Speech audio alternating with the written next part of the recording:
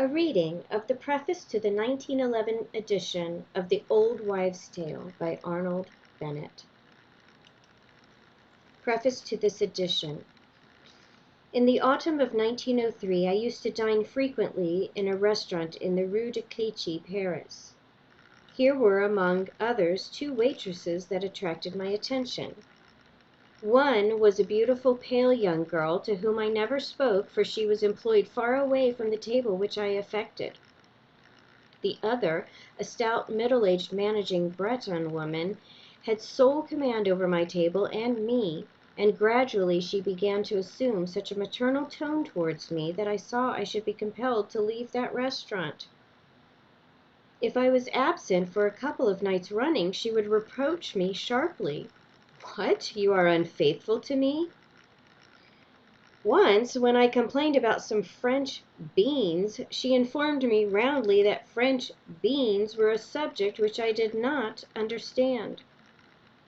I then decided to be eternally unfaithful to her, and I abandoned the restaurant.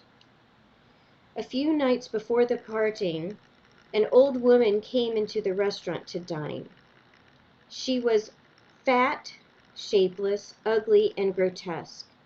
She had a ridiculous voice and ridiculous gestures. It was easy to see that she lived alone, and that in the long lapse of years she had developed the kind of peculiarity which induces guffaws among the thoughtless. She was burdened with a lot of small parcels, which she kept dropping. She chose one seat, and then, not liking it, chose another, and then another. In a few moments she had the whole restaurant laughing at her. That my middle-aged Breton should laugh was indifferent to me, but I was pained to see a coarse grimace of giggling on the pale face of the beautiful young waitress to whom I had never spoken. I reflected concerning the grotesque diner. This woman was once young, slim, perhaps beautiful, certainly free from these ridiculous mannerisms. Very probably she is unconscious of her singularities. Her case is a tragedy. One ought to be able to make a heart-rending novel out of the history of a woman such as she. Every stout, aging woman is not grotesque, far from it, but there is an extreme pathos in the mere fact that every stout, aging woman was once a young girl with the unique charm of youth in her form and movements and in her mind.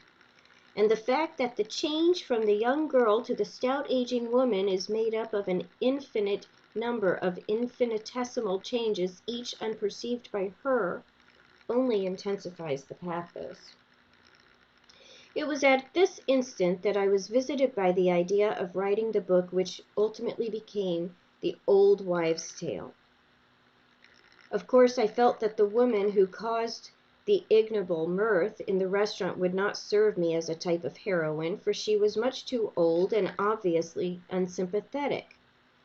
It is an absolute rule that the principal character of a novel must not be unsympathetic, and the whole modern tendency of realistic fiction is against oddness in a prominent figure.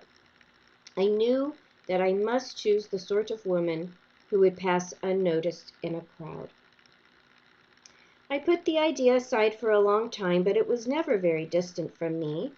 For several reasons it made a special appeal to me.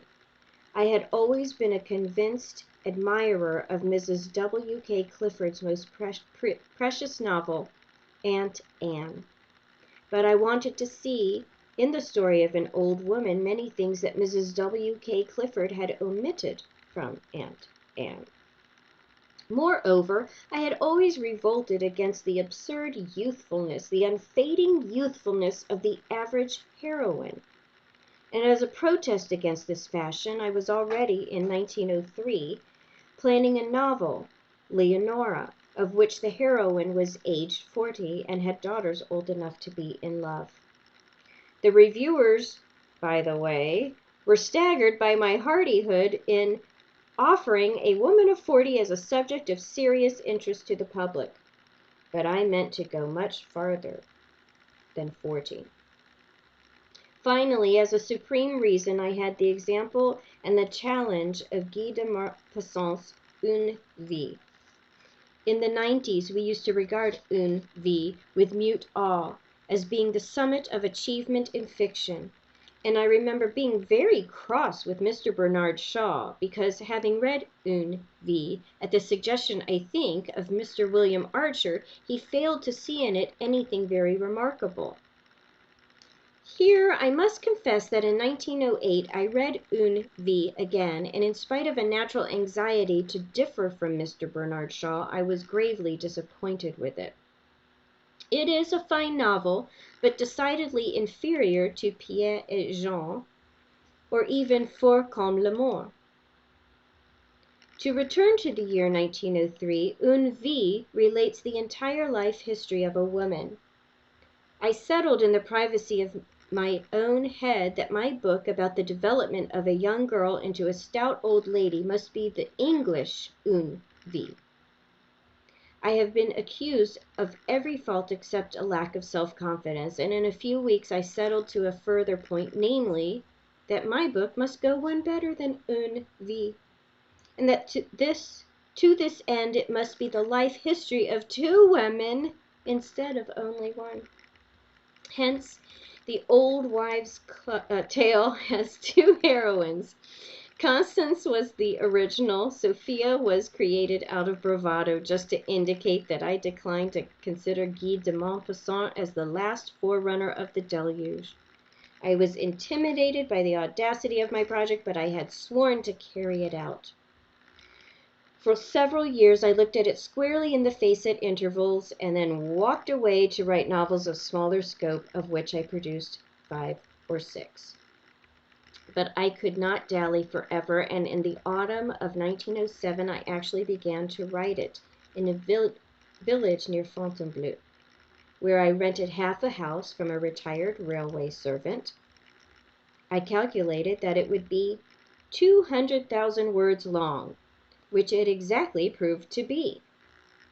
And I had a vague notion that no novel of such dimensions except Richardson's had ever been written before. So I counted the words in several famous Victorian novels and discovered to my relief that the famous Victorian novels average 400,000 words apiece.